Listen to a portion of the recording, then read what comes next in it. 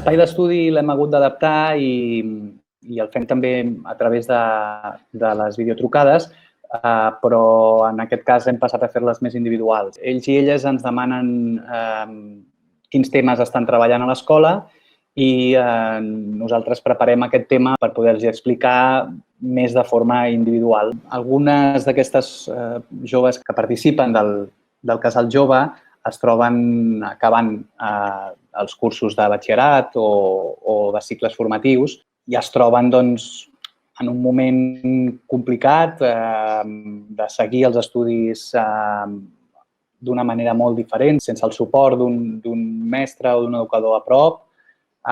Moltes d'elles doncs, a casa no poden rebre aquest suport per part de la família, doncs, senten una pressió forta dels estudis i estan en cert punt estressats, no? I amb molta càrrega d'estudis i a vegades doncs, no disposen de les condicions més idònies per poder fer front a totes aquestes tasques. Moltes joves doncs, que han de compartir, per exemple, els ordinadors amb els seus germans, no? I per tant doncs, s'han d'organitzar per fer torns i no disposen en tot moment del material que necessitarien o que els espais on viuen no són òptims, no? Per poder-se concentrar i fer la feina doncs, que els demanen des dels seus instituts.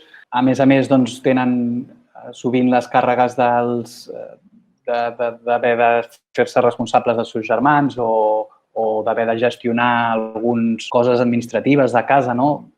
Perquè els pares doncs, potser no tenen el nivell com per poder-ho fer, doncs ho han de fer elles.